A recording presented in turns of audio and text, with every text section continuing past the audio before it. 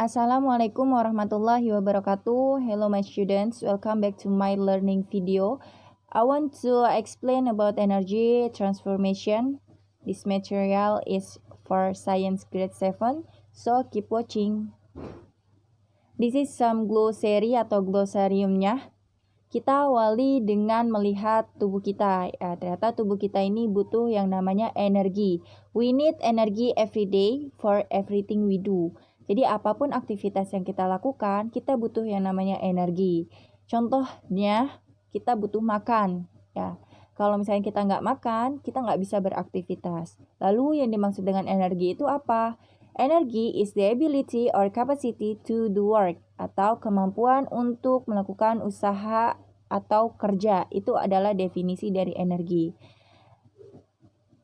Namun, ada yang dinamakan transformation of energy. Transformation of energy is energy changing form or moving from one place to another. Adanya perubahan atau perpindahan energi dari satu tempat ke yang lainnya. Ini bisa kita rasakan, misalnya kita menggunakan alat, kipas angin. Kipas angin itu merupakan energi transformation, ada transformasi energi pada kipas angin, karena dari energi listrik bertransformasi menjadi energi gerak, dan itu kita butuhkan. Here are some example types of energy. Ada beberapa jenis dari energi. Ada potensial energi, kinetic energi, chemical energi atau energi kimia, energi listrik, energi suara, energi panas, dan energi cahaya. Kali ini saya akan membahas tentang dua energi, yaitu potensial energi dan kinetic energi. Potensial energi adalah energi yang bisa kita lakukan ketika benda diam. Jadi potensial energi is being stored ready to do work. Contohnya di sini ada buah, buah yang berada di pohon. Buah tersebut akan diam. Nah, diamnya buah pada pohon itu adalah potensial energi. Atau misalnya kalian meletakkan buku di atas meja, itu juga dinamakan potensial energi. Nah, potensial energi ini terbagi menjadi dua, ada yang elastik, ada yang gravitasional. Elastik ini terjadi ketika inelastic material, jadi hanya terjadi di benda-benda yang elastik. Contohnya adalah pegas dan juga per, sehingga menghasilkan stretching or compressing, peregangan ataupun penekanan. Nah, rumus dari elastic potential energy adalah setengah K dikali X kuadrat. K adalah konstanta pegas yang satuannya N per meter. Lalu X itu adalah pertambahan panjang yang satuannya adalah meter. Ada gravitational energi, ini melibatkan gravitasi dan juga ketinggian. Contohnya tadi, Miss kasih contoh meja, di atasnya ada buku, kalian meletakkan buku di atas meja. Nah, buku yang ada di atas meja itu memiliki gravitasi dan juga ketinggian, sehingga didapatkan rumus dari gravitational potential energi adalah M dikali G dikali H. M-nya itu adalah massa, yang satunya kilogram, G adalah gravitasi, yang satunya adalah Newton per kilogram, dan memiliki nilai yang mutlak yaitu 9,8. H-nya adalah ketinggian objek, atau tinggi bendanya, itu satuannya meter. Contohnya di sini ada pillow, yang masanya itu 0,8. Yang ditanya itu adalah how much gravitational potential energy ketika pillow ini diletakkan dengan posisi ketinggiannya itu adalah 5 meter. Berarti langsung saja dimasukkan ke rumus. Rumusnya itu adalah potensial energi gravitasional sama dengan M dikali G dikali H, karena melibatkan gravitasi dan juga ketinggian. Sehingga M-nya itu adalah 0,8, G-nya itu adalah 9,8, dan H-nya itu adalah 5. Hasilnya adalah 39,2 Joule. Lalu kalau yang elastic potential energy ini terjadi ketika benda-benda yang elastik. Ya, contohnya di sini ada sebuah pegas atau per ya memiliki konstantanya itu 10 Newton per meter dengan peregangan pertambahan panjangnya 0,3 m. Lalu ditanyakan adalah potensial energinya berapa. Maka langsung masukkan ke rumus setengah kx kuadrat ya. K-nya itu adalah 10, X-nya itu adalah pertambahan panjang 0,3 M. Lalu jangan lupa dikuadratkan 0,3-nya sehingga hasil dari perhitungan ini adalah 0,45 Joule. Kalau tadi potensial energi, sekarang kita belajar tentang kinetik energi. Kinetik energi adalah ketika benda bergerak. Nah, contohnya tadi ada pohon ya yang memiliki buah. Nah, ketika buah tersebut jatuh, proses jatuhnya buah ke tanah itu adalah kinetik energi. Dan sudah pasti melibatkan kecepatan. Sehingga rumusnya itu adalah setengah mv kuadrat. M-nya itu adalah massa, V-nya itu adalah kecepatan. Ya, pokoknya kalau misalkan benda itu bergerak, itu akan mengalami kinetik energi atau energi kinetik ya ketika benda bergerak. Di sini juga ada sumber energi. Sumber energi ini terbagi menjadi dua. Ada sumber energi renewable dan non-renewable. Kalau renewable, dia adalah sumber energi yang kita gunakan dan tidak bisa dihabiskan ya. Jadi contohnya itu adalah wind, solar, water, angin, surya dan air itu yang renewable ya, bisa diperbarui terus. Tapi kalau yang source of non renewable itu tidak bisa diperbarui sehingga kalau kita memakainya terus-menerus akan habis. Ya, contohnya adalah oil and coal, minyak dan batu bara. Lalu ada investigating the energy in food. Jadi kita bisa mendapatkan energi karena makanan yang kita konsumsi. Ya, so we need to make sure that we eat enough of the right foods to have enough energy to stay healthy. Jadi kita butuh makanan ya, kita harus memastikan nih makanan yang kita konsumsi itu adalah makanan yang tepat.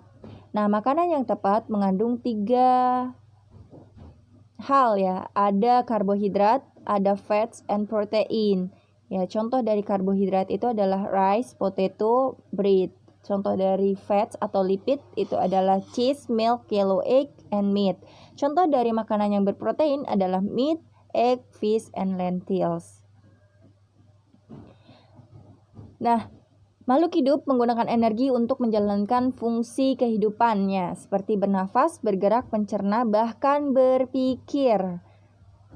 This energy comes from the food we consume and this transformation occurs in the organelles. Jadi, makanan yang sudah kita cerna, ya ternyata itu terjadi transformasi energi di organel sel kita.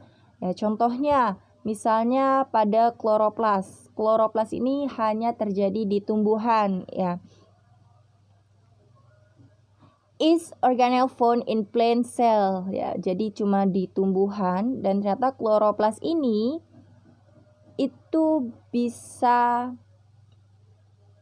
membuat energi ya pada tumbuhan. Jadi tumbuhan didapatkan energinya dari proses fotosintesis. Nah, proses fotosintesis ini terjadi di kloroplas. Nah, itu kalau pada tumbuhan ya. Tapi kalau pada hewan misalnya atau manusia ya, kita mendapatkan energi dari mitokondria.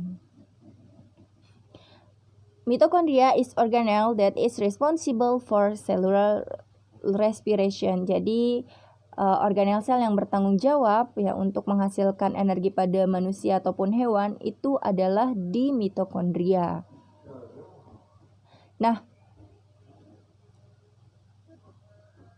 selanjutnya ada cellular metabolism. Jadi makanan yang kita makan dan minuman yang kita minum ya, semua yang kita konsumsi itu bisa terjadi energi, bisa bisa terbentuk energi karena ada metabolisme. Nah, metabolisme ini terbagi menjadi dua, ada yang katabolisme, ada yang anabolisme.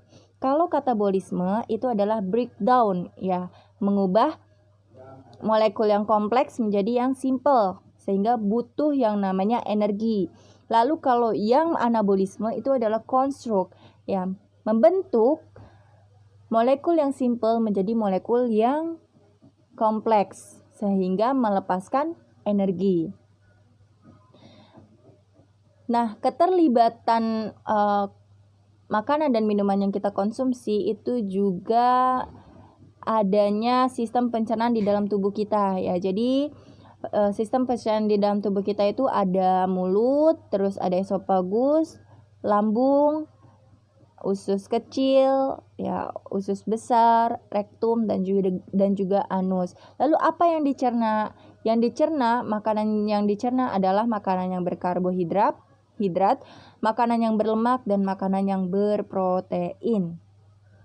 Nah, di sini contohnya, ya, karbohidrat food. Jadi bagaimana mekanismenya? Mekanisme dari karbohidrat foods itu meliputi bantuan enzim, ya. Jadi kita butuh yang namanya enzim untuk mencerna makanan. Nah, contohnya karbohidrat yang sudah dicerna akan menjadi molekul yang kompleks, yaitu glukosa. Nah, glukosa ini bisa dioksidasi dan respirasi menghasilkan energi. Ya, glukosa bisa juga diubah menjadi glikogen dan lemak. Kalau glikogen dia bisa disimpan di hati dan di otot. Kalau lemak disimpan di perut dan sekeliling ginjal juga di bawah kulit. Lalu ada protein food, ya. Jadi kalau protein foods ini misalnya ikan. Nah, ikan fish dia dihancurkan oleh enzim lalu membentuk molekul protein, dan dengan bantuan enzim juga, ya, pepsin dipecah menjadi asam amino. Lalu asam amino bisa diserap atau dikeluarkan, ya, dengan ginjal maupun dideaminasi dengan hati.